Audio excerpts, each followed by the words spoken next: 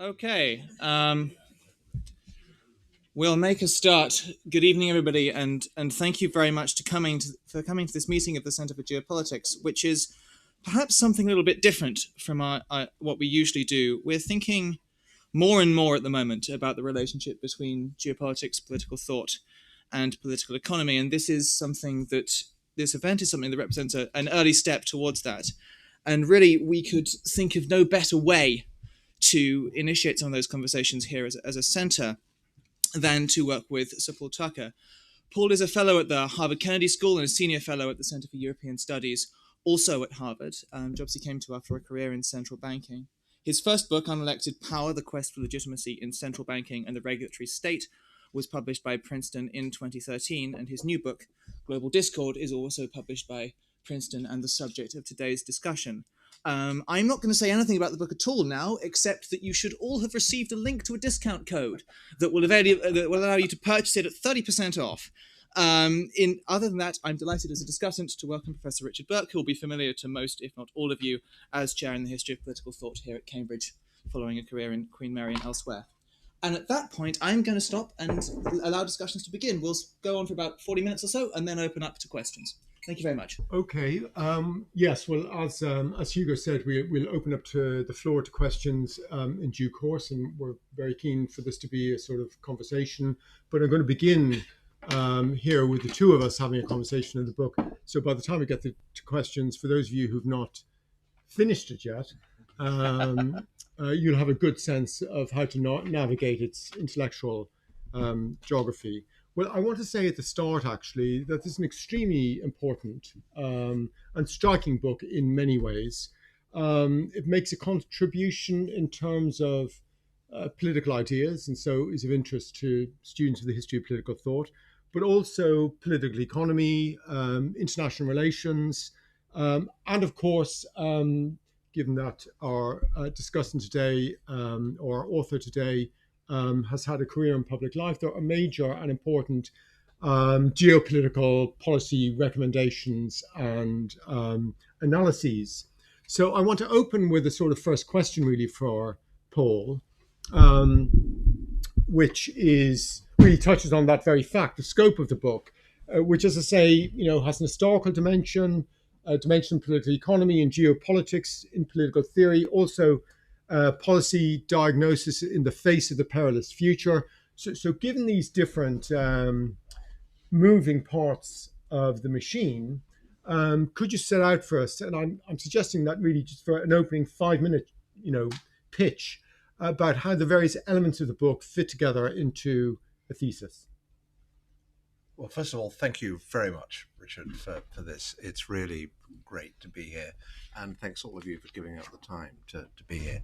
The backdrop to the book, of course, is the tectonic geopolitical things are shifting, and that is going to throw into jeopardy all the institutions for international cooperation that have grown up since the Second World War, with a key fact of the world being that Stalin walked the Soviet bloc out of most of the post-war institutions quite quickly, not so much out of the security institutions. And therefore, the norms and practices and values that run through the familiar institutions for international cooperation are norms and values and practices that developed under the umbrella of US security and reflect US and European, largely, views of the world and how states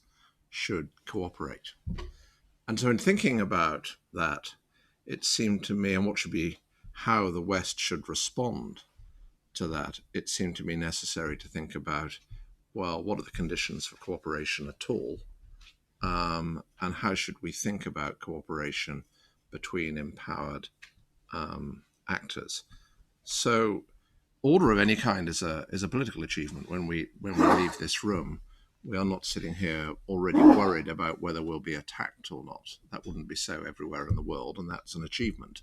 And it's an achievement of politics thought of as collective cooperative action.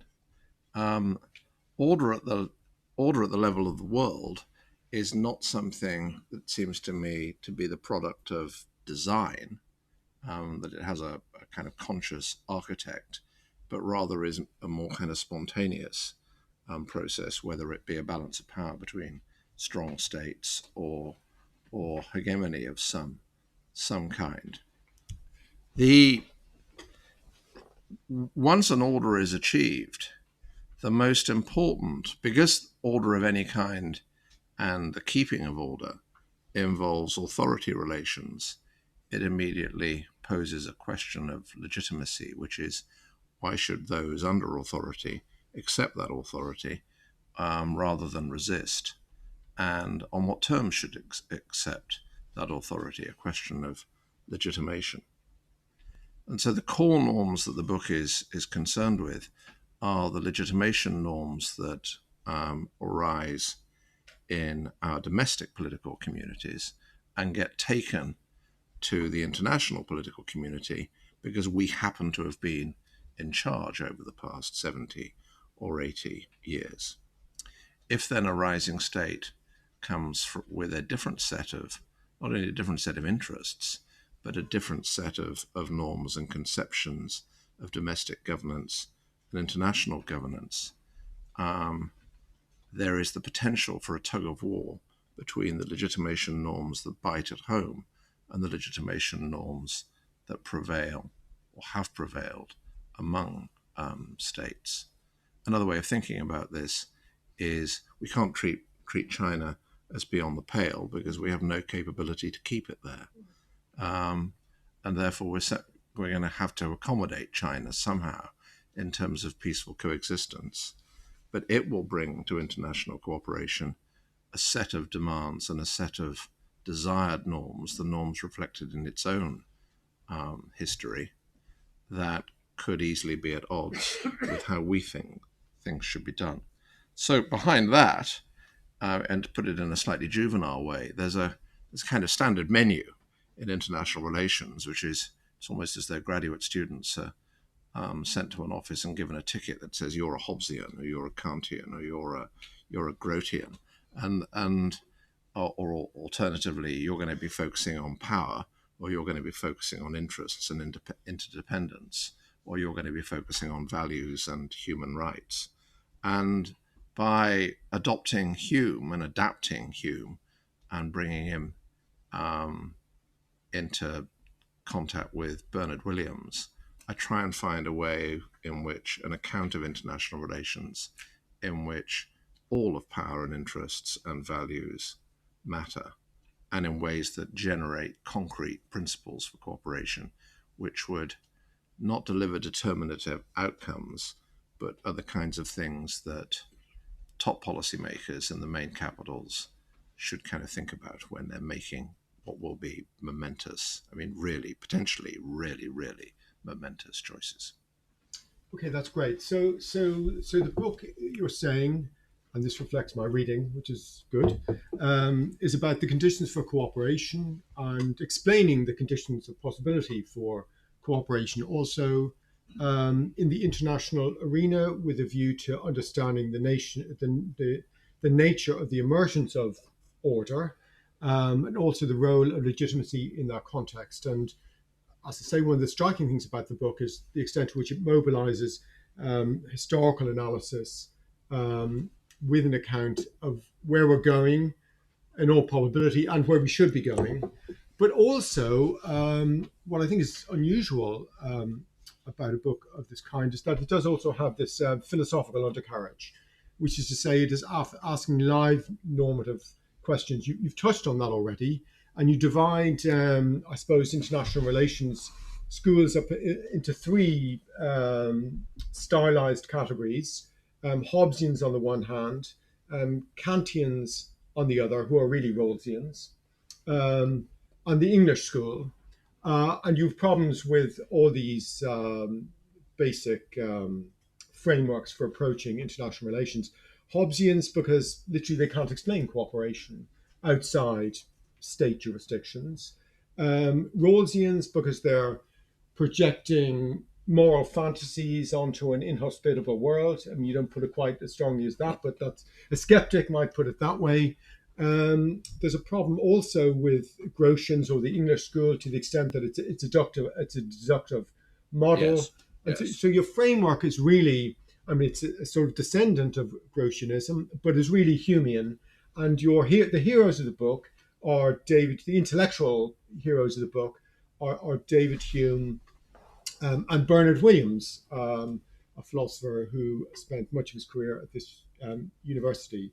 Um, so, given this view, given this sort of landscape, essentially you want to argue that Hume and Williams gives us the best account of how some species of order or cooperation can be generated out of human practices um, generating over time norms. So it's a sort of genealogical narrative, as you and Williams put it. Yes. The causation Yes. Of norms grows out of instincts, habits, practices, and ad hoc institutions, you might say, in an international arena. So my next sort of slightly more pointed question is, well, a lot of people might be skeptical about the idea of generating a philosophically normative framework out of Hume, precisely because the grounding is, for want of a better word, utilitarian. That's to say, justice is produced by people realizing out of self-interest its social utility, and then over time internalizing that as a norm. But I suppose the Kantian question, those who think, well, that wouldn't really be a norm, would it? Would be based on the idea that, well, it would still be a bargain growing out of self-interest. So what's normative about that? Yeah. So, on my account, institutions have to be incentive compatible and values compatible. So, anyone that's familiar with mechanism design theory will be familiar with the incentive compatibility idea, for which a few people won the Nobel Prize a few years ago. And the Rawlsian Kantian problem, particularly the Rawlsian problem, is with incentive compatibility. So they emerge from behind the veil, and people are told what their endowments are. And now they know what their endowments are. Have they got incentives to stick to the compact they reached? Well, only if actually they'd already committed to the compact before they entered into the compact. And the reason incentive compatibility matters so much is that incentive compatible things happen, and unincentive compatible things that aren't incentive compatible just do not happen or do not get sustained. That the problem with the alternative point of view is this might be values compatible, but are these values worth having? What's the oughtness of oughtness? This is the normativity question. So there's something to be said about Hume, and there's a bit more to be said about Williams. There are various people, including a long while ago, Brian Barry, would say that actually Hume is just a social scientist. There is no normativity going on there at all. But right at the end of book 3 of the treatise, he has the virtues reflect upon themselves. And it's frustrating that he doesn't say more about that, but he's kind of pointing a finger an arrow for us to follow. Williams is more explicit about that, and kind of draws on a cleaned up version of Habermas, his critical theory, to have us reflect upon our values and norms, that our institutions and norms have to survive critical reflection, that just being legitimation norms that are purely the product of the power that's being legitimated won't do. Mm-hmm. It won't do if we're brainwashed or coerced, if we're trying to justify a monopoly of coercive power in the case of the state. Do I think that Williams says enough about this, or much less importantly, do I think I say enough about this? No, I don't. I mean, if an account of legitimacy is going to be both prescriptive and reflexive in some sense, then there's a good deal more that needs to be said about about the reflexivity part. For those of you that know Course Guard's Sources of Normativity, this is kind of her chapter where she addresses Hume and Williams, and for her it's not enough. Yes. And I'm saying where she goes isn't attractive because she's just stipulating. The problem with the Kantians or the rules or the later rules is this: who's the arbiter of this reasonableness? Well, a bunch of his students, perhaps, which isn't going to be terribly helpful in the real world. And also, holding up the Supreme Court as some kind of model of public reason. It's not only that doesn't work, isn't terribly persuasive if you spend time in the United States. It's not actually terribly persuasive if you spent some time on a bus or in a pub talking to people or overhearing people talking about political issues in language that makes sense to them and issues that are kind of of burning importance to them. But do I think my response nails your challenge? No, I don't. I think we live in circumstances right now where public discourse is all over the place in many countries, and that just shows the difficulty of extracting something that is normatively worthwhile from the practice of public discussion. But I think it has to be public discussion. I don't think it can be private reflection in a seminar room, and we whether from Harvard or Cambridge, well, it's got to be a Cambridge, of course, we kind of there's an issuance of what we ought to believe and what standards we ought to apply to public institutions. I just don't think that will do. Yes. Okay, so there is this level of conspicuous philosophical sophistication about the book, but there's also a rich historical theme. So there's sort of a long-term perspective, but especially a concentration on sort of post-1815 concert of Europe through League of Nations, through post-1945 institutions, cumulatively the UN, NATO, the World Health Organization, the ICJ, the IMF, GATT, the World Trade Organization, and so on and so forth. So there is this, just for people who have not been through the book, there is this, compelling historical narrative. But there is also, in addition to an historical narrative, there's an historical analogy, which is one we all have to think about. And the analogy, you play with some analogies. What is the best analogy for the current standoff, if we're in a standoff, between, call it the West and call it China? Is it Thucydides' model, that's to say Sparta, Athens, or is the rise of Germany a better depiction of where we're at? Anyway, you opt for the best analogy is long 18th century France and Britain. Of course, it was a long struggle, and it is a rich analogy. But my question is, perhaps in your own words now, first of all, well, why is this the most compelling analogy? And I'm sure the audience will have their own thoughts about this. And why an analogy at all? Yes, I think that's a great question. Why an analogy at all? So I think the key characteristics of the current contest is it's everywhere. It's in everything.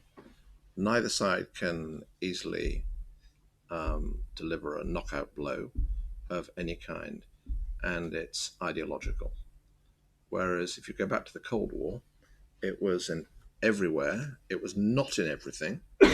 After Stalin walked out of the economic institutions, we essentially had two bifurcated economic blocks with a narrow tube in which oil went in one direction and dollars went in another, which simplified the world enormously. They couldn't knock each other out easily, and it was ideological, but it wasn't in everything.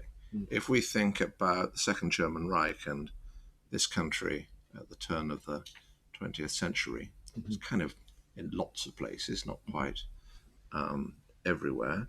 It was closer to being in everything because the commercial entanglement was possibly even greater than the Chinese Western commercial entanglement. The City of London almost had a mental breakdown when First World War broke out. Wasn't especially ideological. Whereas France was all of those. Britain was all of those things. I mean, at the beginning of the 18th century, this country is kind of wary of the universalist ambitions of absolute monarchy. At the end of the 18th century, this country is nervous of the universalist ambitions of revolutionary France.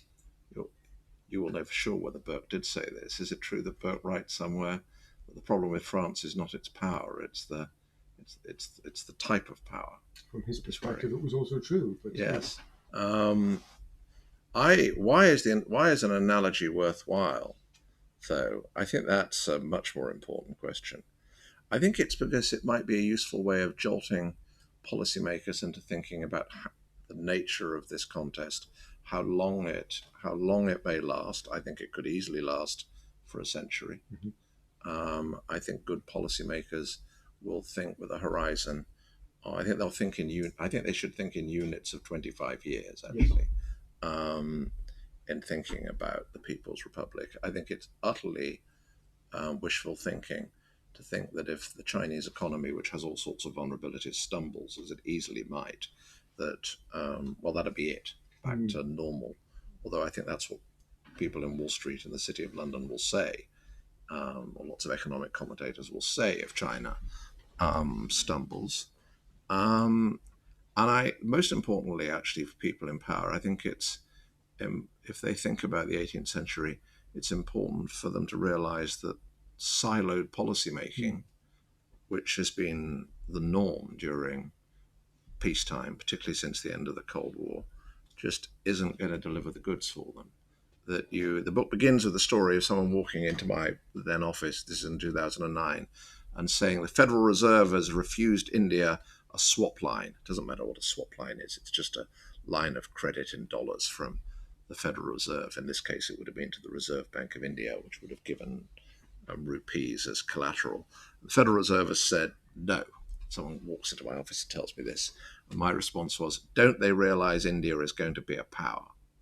In other words, this was above the Federal Reserve's pay grade.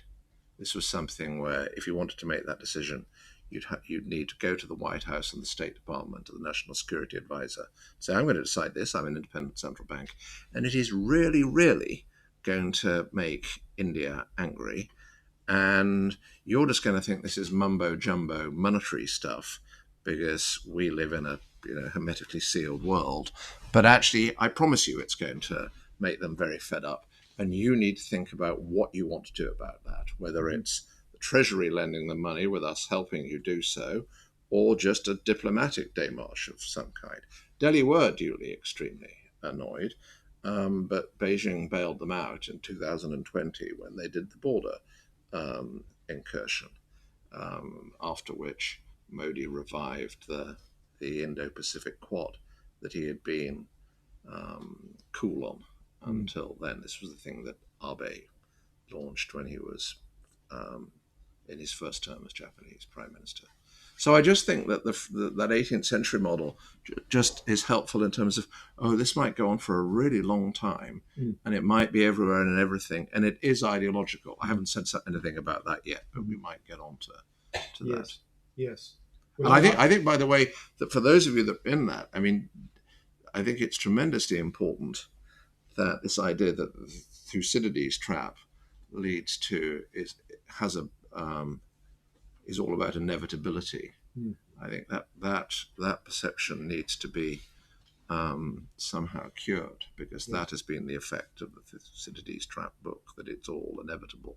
Whereas although Thucydides in that famous one sentence sounds a bit like that, the book itself is full of contingencies, involving the irritating Corinthians and others. Yes. Well, I'm not going to deny the utility of analogies, and neither I nor Brendan we're both going to be interested in the particular analogy here. One thing I find most valuable about it is highlighting the extent of current ideological polarity, because it's a warning in effect against wishful thinking. In other Yes. words, China is on the way to being Washington, and that's proven to be clearly a problematic assumption. One little poke, if I may, Yeah. at the analogy is, of course, France is not one regime across this period. Yes. It's at least three. Yes. It's a monarchy, a civilized monarchy, as Hume called it. It's an anarcho-republic for a period, and it's a military monarchy for a period. So it's got dynamism, which China so far has not had. And in addition, you might say also more mutual sort of ideological compatibility. That's to say, there's a framework of thought, rights, Christianity, so on and so forth, which both sides share. So you speak about this as a civilizational struggle, but in the light of what I just said, could you characterize that more So specifically? the holes you picked to the analogy, of course, are right. But let me kind of give another example of why it's kind of illuminating. Think about Hume worrying in the middle of the 18th century about both France and Britain are building up debt. And he's worried. He gets it completely wrong, even though he's completely brilliant, but he gets this completely wrong. He thinks, oh no, we're building up too much debt. They are too. It's going to be much less of a problem for them because since they're an authoritarian state, they will be able to kind of enforce default. Whereas if we get to the point of default, we're in real trouble because we rely on the consent of this kind of gentry merchant class that are holding the debt. Now think about how many times people say, of course, because the People's Republic is an authoritarian state, they can plan much longer and execute all sorts of things with far greater determination and degrees of freedom than it is possible for the Washington-based state facing elections every 24 months. And I think, Hume's really gripped by that. I mean, his essay on it's pretty persuasive. If you didn't know what had happened, you might think, oh yeah, that's a good argument. But we do fear the competence of authoritarian states.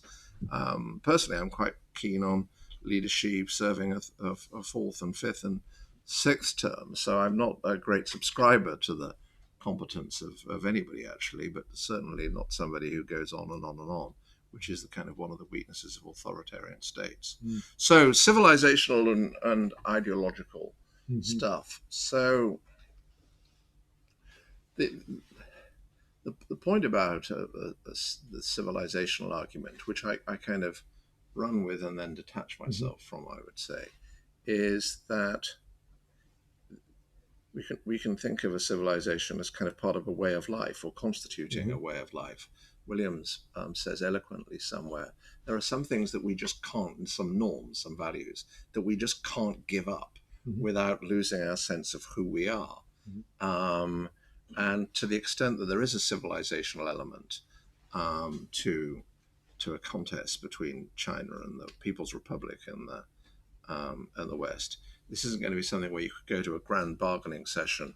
I'll trade you some norms and institutions for others, because we're going to reach, we and they are going to reach things which we just can't give up and still be us in some sense. This is symmetric. The way and that's a kind of pessimistic view. Where I edge away from it is in the first place that I think it's tremendously important contingent fact of the world that there are Confucian heritage states that have become and have remained, more importantly, have remained and adapted constitutional democracy with the rule of law, notably South Korea and Japan. And so, and I mean, there are people like Stephen Angle and others have written eloquently about how you can reconcile Confucian thinking with some account of human rights in a way that's familiar to us.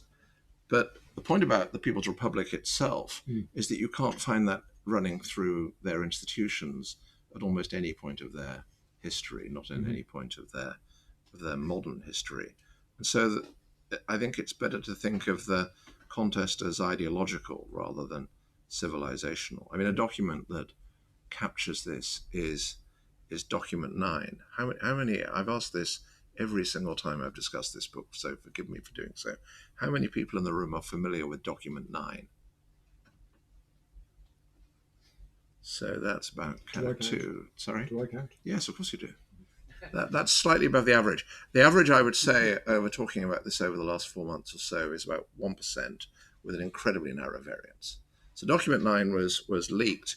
Quite what leak means, I'm not sure, to be honest, from the Central Committee of the party in 2013 and contains the 7 no's. You should definitely read it. For those of you that are familiar with Mandarin, well, there's a summary in the book. Yeah. For those of you that are familiar, who can read Mandarin, I can't, you should definitely read it in Mandarin. I've read it in translation.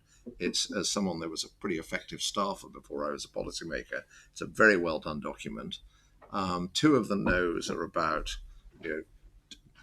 don't question the socialism with Chinese characteristics. But 5 of them are about us. No to constitutional democracy, no to journalism with a free press, no to any notion of universal rights, universal in space or time, no to total marketization. And I mean, it's very well done. And what the no means is it is an instruction to members of the party and organs of the state, and therefore reaches far into, including educational establishments. You shall not promote or air, in any remotely positive way, any of these things. And it was a clamping down on the debate about, well, might liberalism have something going for it that was happening in particular in Chinese universities and among some intellectuals in probably the 10, 15 years preceding that. So this is an announcement of an ideological contest, and rather kind of amusingly, if it weren't depressing, was almost certainly not familiar to the people in Davos who gave Leader Xi a standing ovation a couple of years later. And I think this is makes this tremendously difficult, but also makes South Korea and Japan and various other places tremendously important in helping the world navigate all of this. And it means the West just kind of won't do, but nor will the free world do in I don't think, really. Yes.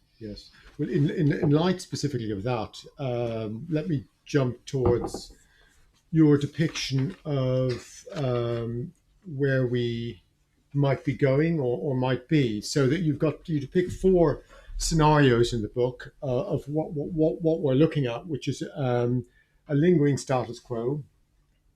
Everyone knows what that means. Superpower struggle, which would be a move into a deeper level of collision, a new Cold War, well, we can imagine that, and a reshaped world order, sort of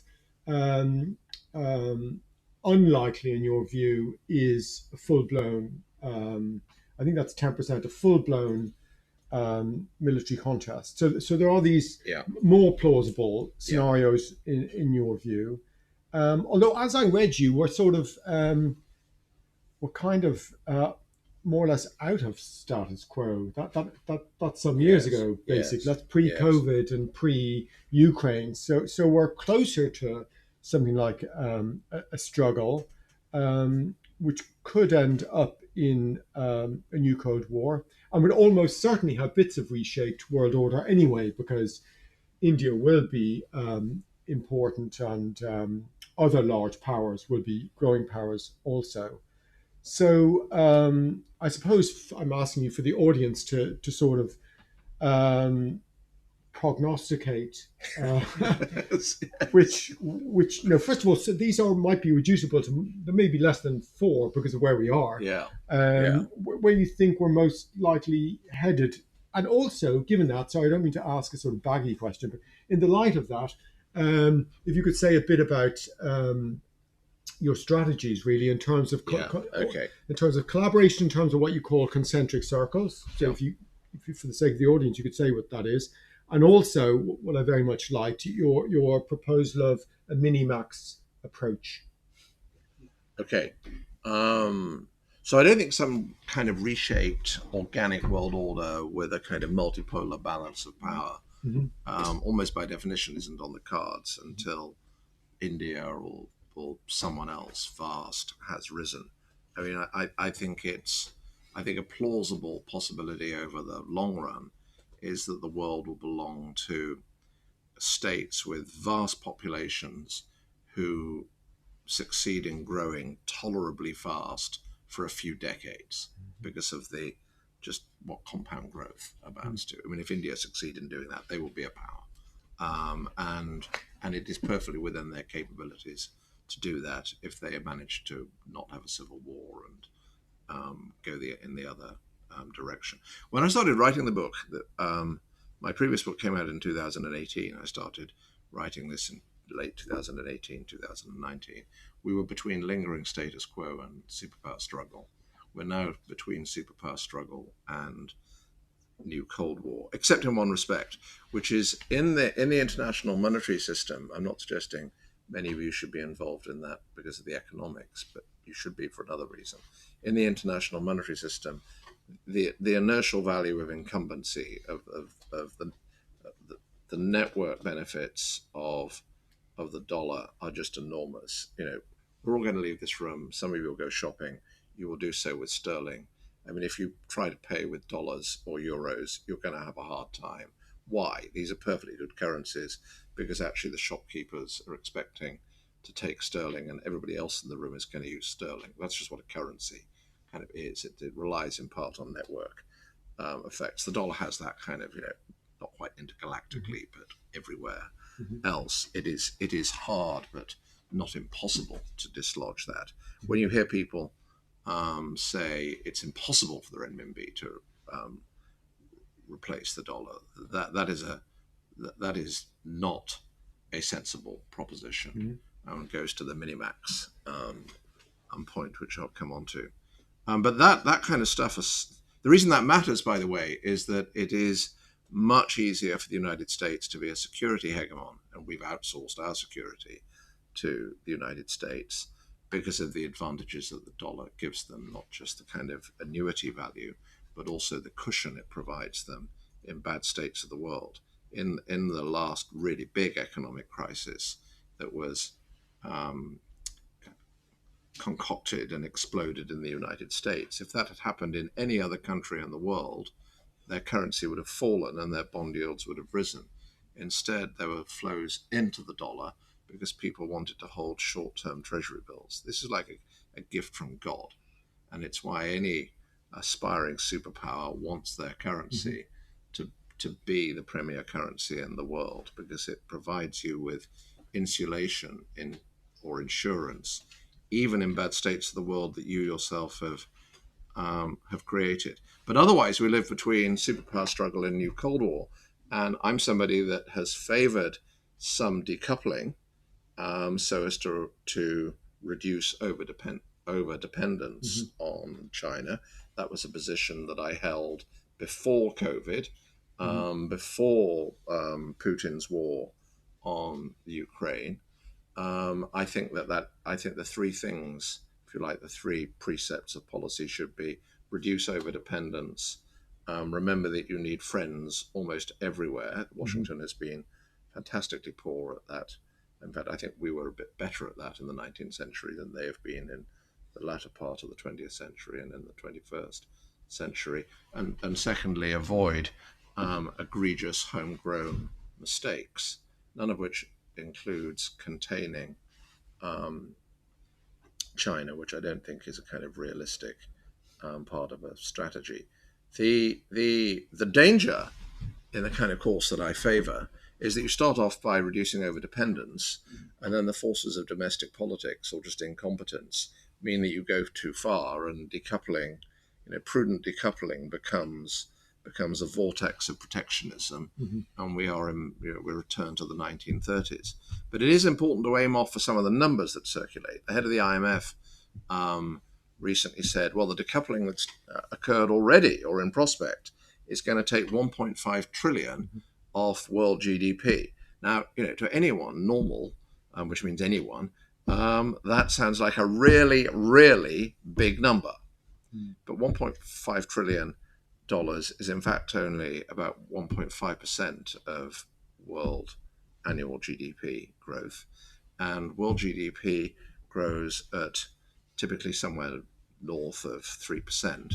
So you can think of this saying as an insurance policy. Would you give up, in levels terms, would you give up 6 months growth in order to reduce either the probability of or impact of conflict for us, but again, this is symmetric, by X percent?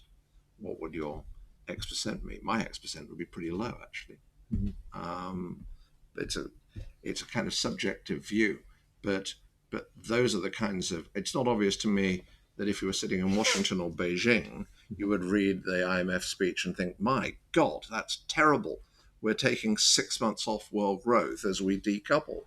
I can imagine advising, "No, that sounds kind of fine, but here are the considerations you should weigh." The minimax thing is, unlike Rawls, who thinks it should apply to almost everything in the basic structure, I think minimax is a sensible strategy. This means minimizing the maximum cost from bad states of the world. So bad things can happen.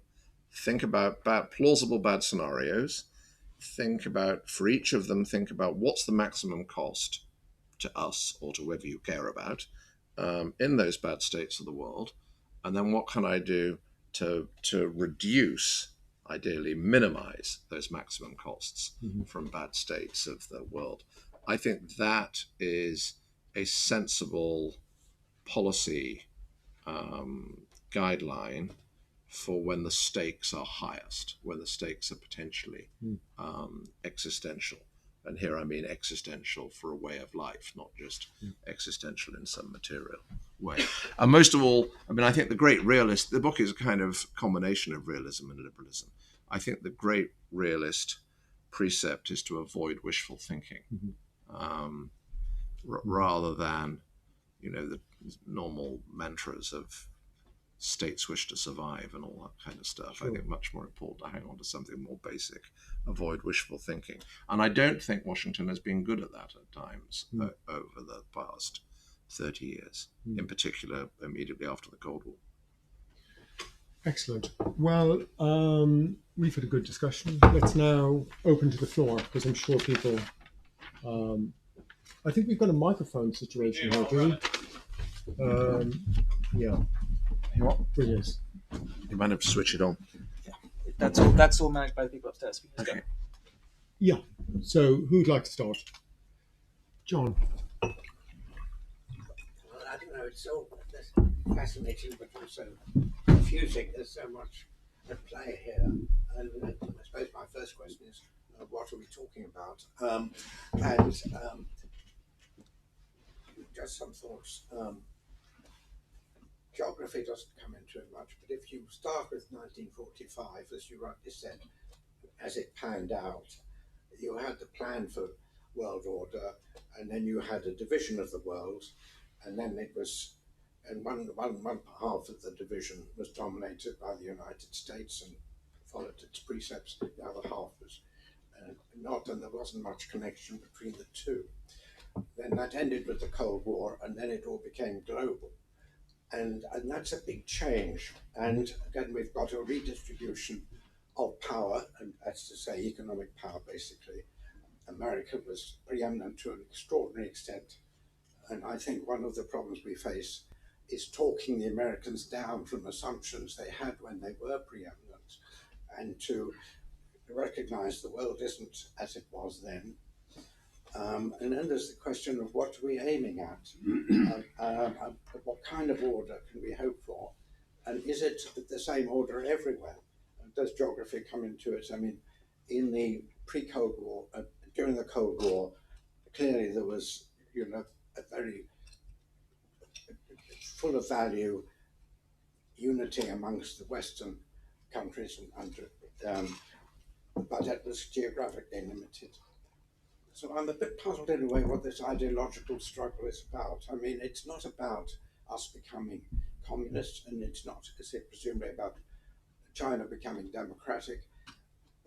So where then we have all these different values. Where does that bring us into a conflict geopolitically?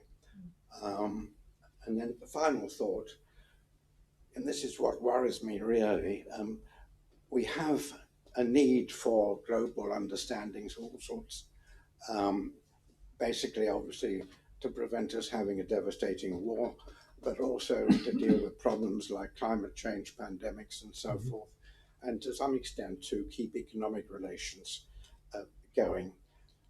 But we shouldn't overload it, it seems to me, by trying to include in this agreement about these political principles. So that's a few thoughts. So I think the pattern of the world has tended to be that the most powerful countries in the world, either through soft power, including very soft power, have pulled the rest of the world towards their way of life. I mean, the Americanization of the world during our lifetime is remarkable in a way. So I don't think one has to think people sitting in at the high levels of the party in Beijing want us to become communist. But it doesn't, in a sense, it matters less what they intend or want, and actually they can't know what their successors will want, than the prospect of great Chinese power could lead to profound changes in our way of life. And I think we should want to hold on to our way of life. And I think we should kind of try to insulate our way of life from some of the principles that inform their system of government. You'll notice that doesn't involve trying to remain top dog in the world. I don't think it's about remaining top dog. I think actually it's about remaining us, not in some static sense, but in some way where we lose the kind of liberal and republican things and the rule of law and constitutionalism and representation and participation that we have managed in a stumbling way to achieve over the past 250 years, drawing on our earlier histories. And one thing I think is very different is that Europe kind of has a tradition of fragmented power. I think it's better to think of our tradition as fragmented powers rather than a separation of powers, which is just a kind of recent manifestation of that. Whereas mainland China does not, and that's not unique to us, nor did the Byzantines. And it's kind of probably in history, geographically, it's more typical for there to be a clear hierarchy. Well, that's not what we've had, and we wouldn't want to lose that. So if I was trying to persuade you that there is something worth worrying about, it would be that. So it's not about remaining top dog. Yes, Brendan.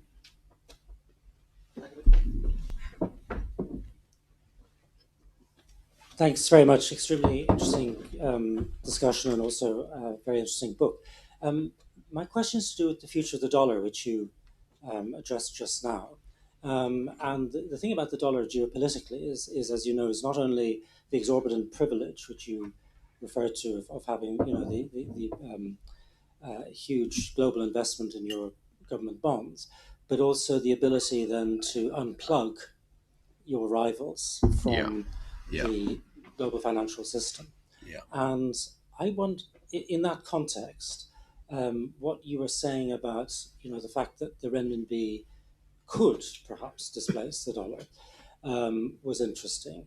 But I also wondered whether even that was necessary in the classical way, because possibly digital currencies might change the equation. I know you referred to them a bit towards the end of the book, but if you could elaborate a bit, because, I mean, could you envisage a scenario by which digital currencies would actually enable the PRC or any other actor to get round this dollar problem in terms of mitigating against geopolitical or geoeconomic unplugging? Yes, somewhat.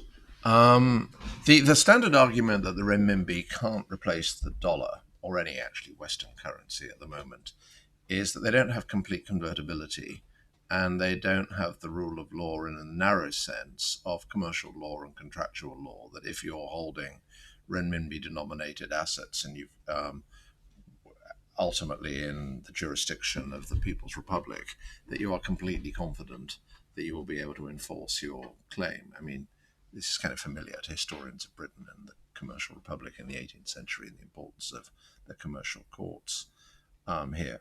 That leads some people, I think, to go too far. Say, well, and therefore it just cannot become a major reserve currency. And the thought experiment I have in mind, into which the digital currency fits, but it's a slightly more abstract thing than that, would be if Saudi Arabia and others start invoicing energy and other commodities in renminbi, and they receive renminbi for the oil, and then they invest in the renminbi, but Beijing encourages sovereigns or large companies elsewhere in the world to issue renminbi securities. So not Chinese jurisdiction entities, but not Saudi entities, but other entities. Then you could get a very big offshore market. And Beijing would be faced with the problem of ensuring that the value of the offshore renminbi was not completely out of whack with the onshore renminbi, which is a problem that states have faced in the past. But that's tractable just. And you're absolutely right that a digital currency has lower startup costs and therefore could solve problems in some poor parts of the world. I mean, there is too much excitement in the United States and in Europe, including here, about if we only improve our payment systems, we'll put a dent in poverty. I mean, I think that's completely exaggerated. But if you're in a country with a very poor payment system, then in Kenya, a phone-based payment system has been very useful, and a digital payment system could help other parts in the world. And actually, up to a point, I suspect that eventually the United States or Europe will end up competing with a digital renminbi. And the awkwardness is this, and this again goes to political values. So if I'm the central bank and I issue a digital currency, actually all of you could hold it. So you don't need to bank with a normal bank anymore. You could bank with me. Well, that would mean that I know everything about you, and that there was one security critical point, and that I would be responsible for the allocation of credit in the economy. And if you're sitting in Beijing and I brief you and you say that, you say, well, that doesn't sound too bad. It's not quite how we've done things recently, but that's not too bad. Whereas I hope that if that's presented to my successors here, or more importantly, the people in Washington, they would say, my God, that is absolutely against the kind of society, commercial society, with the rule of law that we have chosen to have. And so one of the peculiar things about Brendan's question is that it ends up raising really big political questions about political values that are nothing to do with the denizens of my former world or techie stuff that you'd find in a popular book about digital currencies. I mean, the stakes again are just higher, which goes to the kind of siloism just can't work. I want the people of my former world to recognize the gravity of something that sounds so techie. Mm-hmm. Madeline. Thank you very much. You mentioned early on that one of the major problems we're facing is that there are multiple political discourses that are very different and often conflicting, operating at the same time in the world. And I wondered what you think the fundamental differences are between the Russian political language and ours, and is that the same language that the Chinese are speaking? So one thing that's very different between Russia and us, and where there is some similarity between Russia and China, is unitary control. So the head of the Orthodox Church in Russia ultimately answers to the Tsar. Who at the moment is, if you like, his latter-day incarnation is the president. Just as if you're running if you're running universities in Beijing, you can't displease the leader, or in the relatively recent past, the collective leadership too much. Whereas I hope you people can displease the leadership of our country almost as much as you like, and to a certain extent there's sufficient of a market in tertiary education internationally for that just about to be tolerable, even in a world where you're constantly having to apply for research grants. I think this is a profound difference. I think the difference between fractured power and unitary hierarchy is tremendously important. So that would be one example. I thought the implication was not the difference between America and Russia, but further Russia and China. Is it just one blob of authoritarianism, or are these different ideological systems? Yeah. Well, it's not obvious that you will know more than me. It's not obvious that Russia has an ideological system at all anymore. And actually, I also think that it is, depending on how China conducts itself, it may well be possible to treat Russia as beyond the pale and keep them there, even though they have nuclear weapons. Whereas I don't think it's possible to treat China as beyond the pale, because we touch them almost everywhere at the moment. I mean, in that sense, China is a well-organized state with an ideology, and Russia is a kind of declining state or a chaotic state. Yeah. And therefore dangerous in a different way, dangerous erratically. I thought, by the way, I since the war began, I've thought of this as the first proxy war, and I thought that Putin robbed Xi of optionality. In the proof stage, I had to amend a sentence that recklessly predicted that Putin would only make his move against Eastern Europe if and when Xi or Xi's successors moved against Taiwan, because I assumed that Beijing would be able to easily persuade Putin that was in both their interests. And I was completely wrong about that. And I actually, in that sense, I think Putin, I think most of the dialogue about Putin being irrational is a bit off key, but I think in that one respect, I think he has been irrational. I think it would have been hugely to his advantage to leave the West kind of stretched and underprepared on two fronts. Yeah, we've got 15 minutes left, but 7 questions. So we're all going to aim for concision, beginning with Martin. Including me.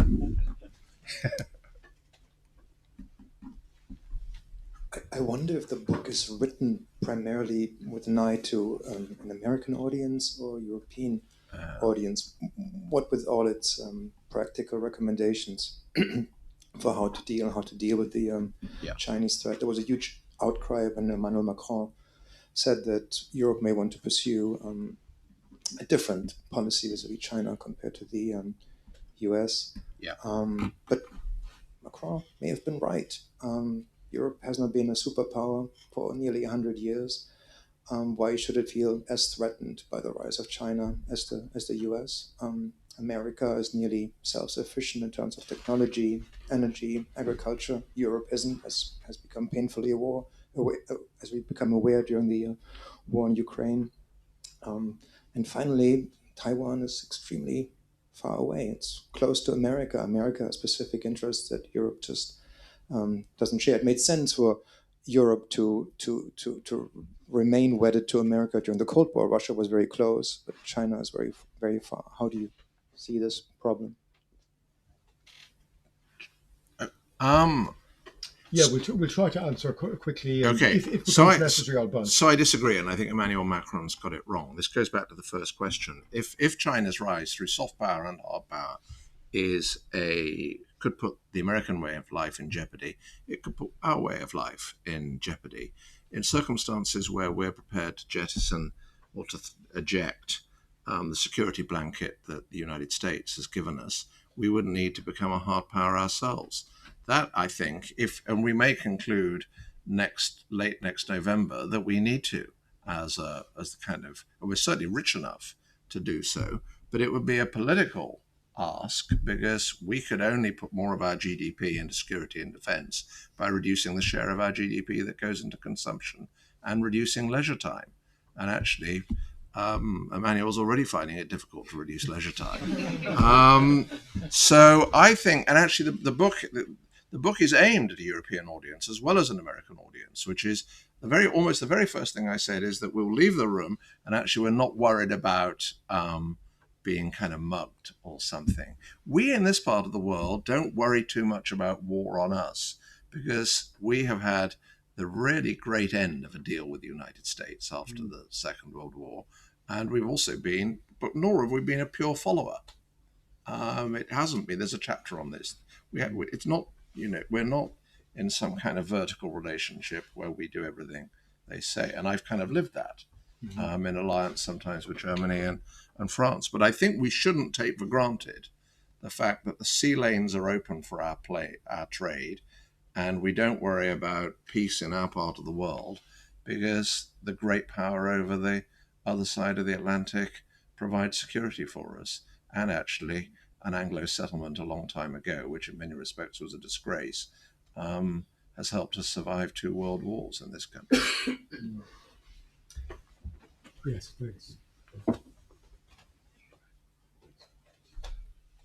So I just want to pick up on a couple of threads that you've raised there about the sort of unitary state, but also the fact that that doesn't give them it is an asymmetry, but it doesn't give them necessarily an advantage in China.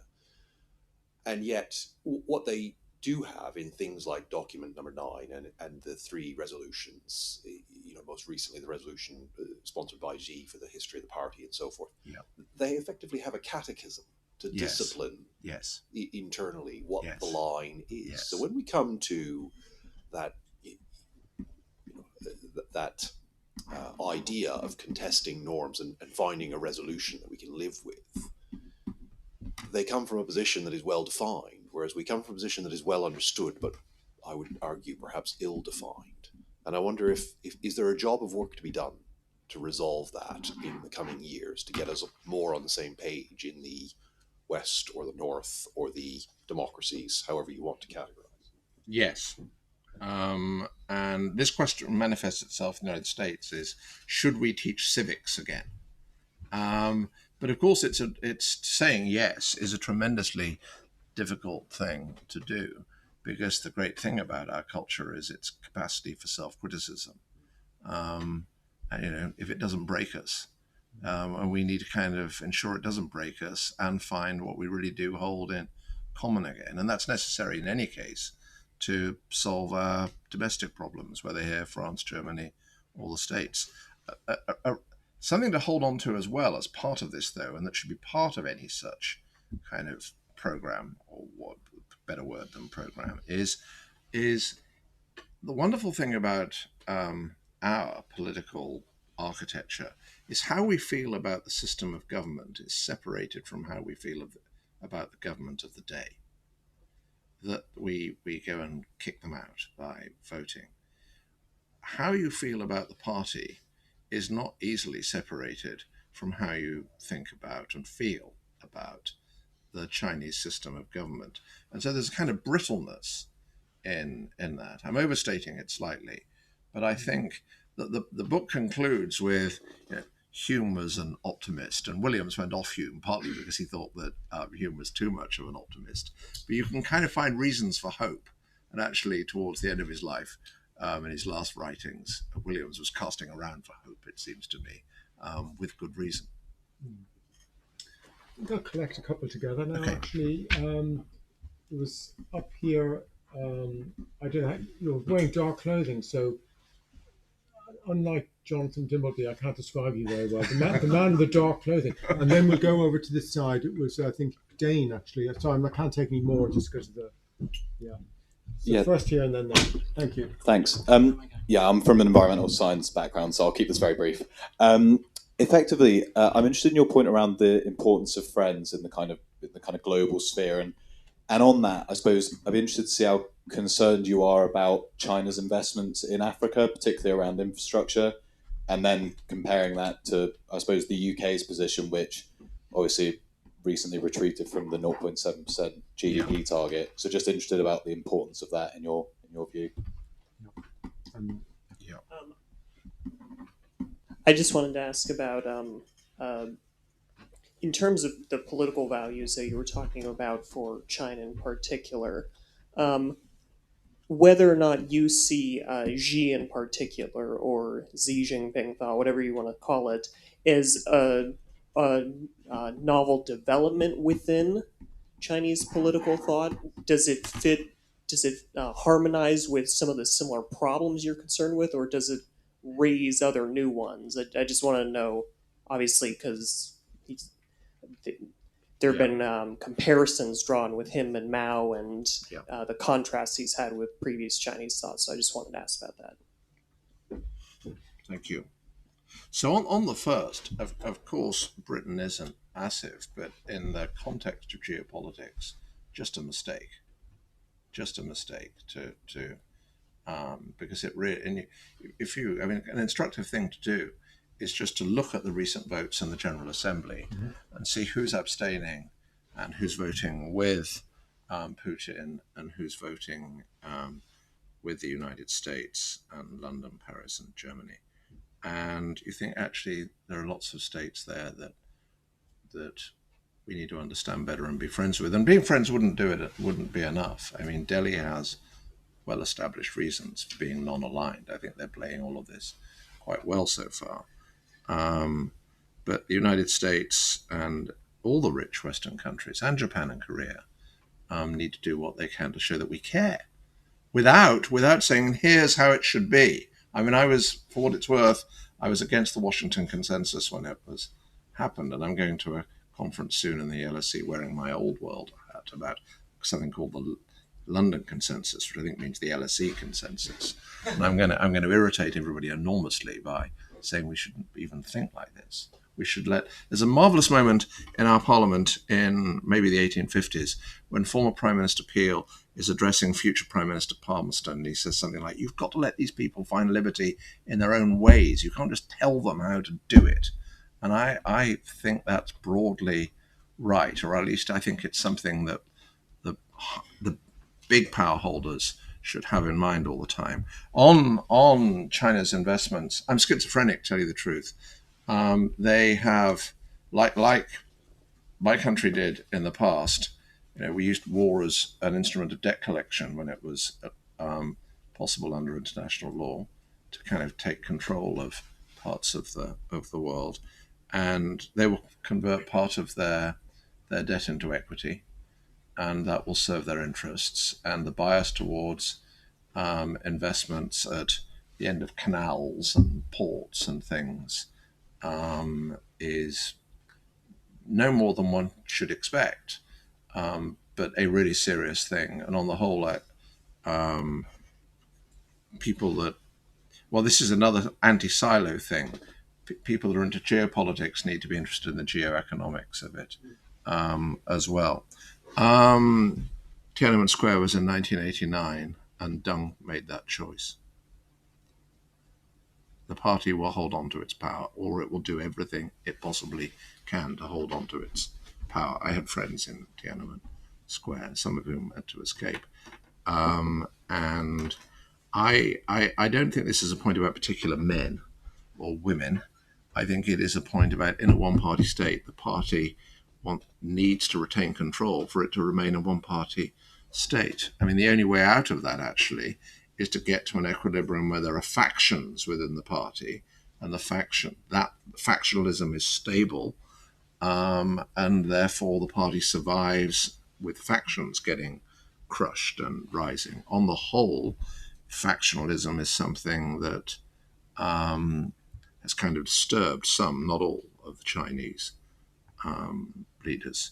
So I don't think it's just about Xi. It takes a particular complexion with Xi, and he's obviously a very talented man. He's good at prosecuting his vision of China. It's worth saying as well, by the way, that, and there'll be people in the room that know better about this than I do. People will say, well, China's never been expansionary. Well, actually, large parts of the People's Republic weren't really ruled from the center of China until the Qing dynasty.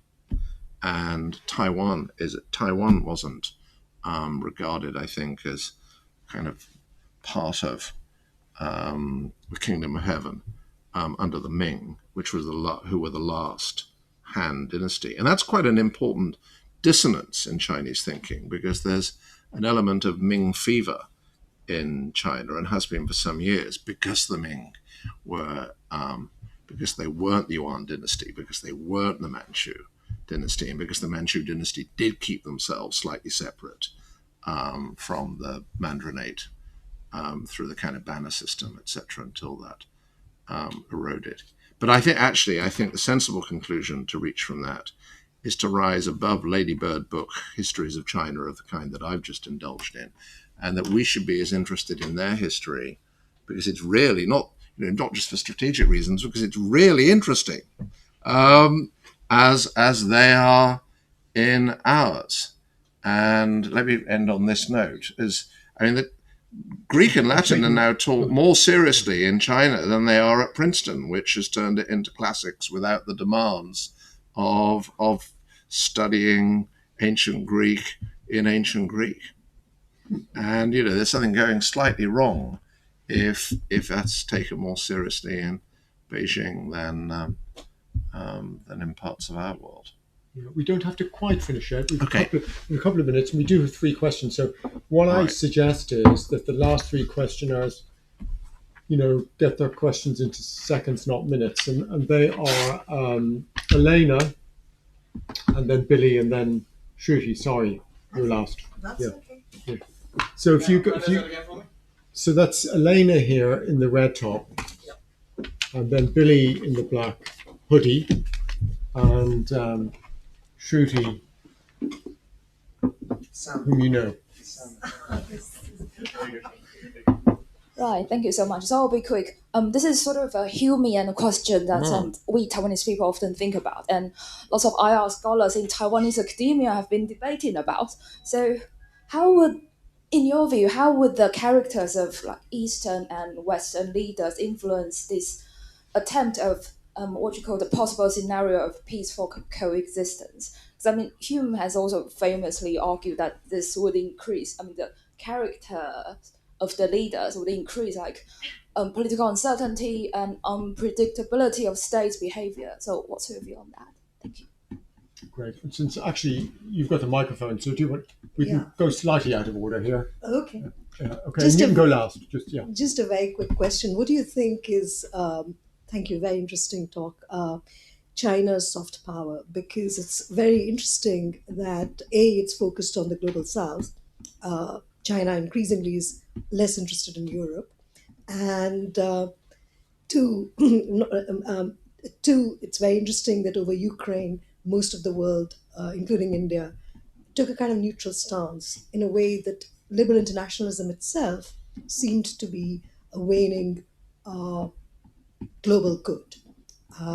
So just something on that, on the global south, on the fact that China would rise perhaps without the need of soft power. Hi, thank you very much. Just on the point of decoupling, just given the enormous importance of the People's Republic as both an export and import partner, key United States ally, even in Japan and Republic of Korea, how promising is decoupling as an approach beyond the narrow concerns of Sino-American interdependence, and also given the fact of the continuing increasing importance of various Silk Road initiatives. Thank you. So, a minute. Okay. On Hume. This is going to duck your question. Hume has this thing, which actually is a bit of Hume that Williams picks up, where commercial society is such an important part of modernity, and it thins out society, but it kind of brings us together again just through exchange, commerce in the broadest sense of the word. And I think that's probably right in slow motion. The book ends with a kind of rather emotional thing about sitting in Hong Kong, which I won't bore you with now. but it's no good in the short run, as we discover between the Second German Reich and Britain. But I do think that commercial society is offers us long-term hope. I think lots of our norms, at least in origin, are path dependent, even if they survive reflection. And so up to a point, I think that the characters they're infused with the norms of their societies. I think the best way to think about characters is that it affects whether they make mistakes. The most important thing in a really great statesman or stateswoman is to see the mistakes and navigate the big mistakes and navigate around them. So yes, I think people matter too, but I don't think we understand. I've seen once, maybe twice, really great judgment in policy in a person consistently, and I don't think we understand very much about what those rare people are doing that other people can't quite do. So I don't have anything intelligent to say about the burden of your question. On soft power, look, it's not just the focus they've put on the developing world, which they have and consistently have for a number of years, and kind of badge themselves as we were developing 5 minutes ago, and therefore we can empathize with you and understand you in ways that these kind of rich people in Washington and their tributaries can't. That's a potent thing, but it's not just that. I think in a thinned out world, this is the importance of Confucianism, which, as you know, Mao had banished, that it kind of coming back in. The talk of harmony and community and respect. I think all of those are quite potent things in some kind of super soft power contest with the West. If you know, the more thinned out we are, the less attractive we are as any kind of beacon. So there is a tension between those two answers, and that's the point in a way. And the decoupling, well, I mean, there's some decoupling that's just common prudence, which is this may all go really horribly wrong. I don't want to buy the parts for my tanks from the person I might be fighting with, and that's completely symmetric. And it's kind of where you draw the line and stop hysteria coming in. You have to be careful not to arrive back in the 1930s, which impoverished the planet, and you have to be careful not to lurch into a kind of McCarthyism, which, you know, I don't know what percentage, I haven't asked myself what percentage I would put on McCarthyism returning in the United States, but it's not zero. And nor in mainland China. The choice to spend more time on the Japanese war against China in the late 1930s and 1940s was a choice. The choice to teach more about the century of humiliation is important too. I don't think we should particularly object to the second, but I think the first is a kind of that's kind of dicing with things. Well, I hope we've established that this book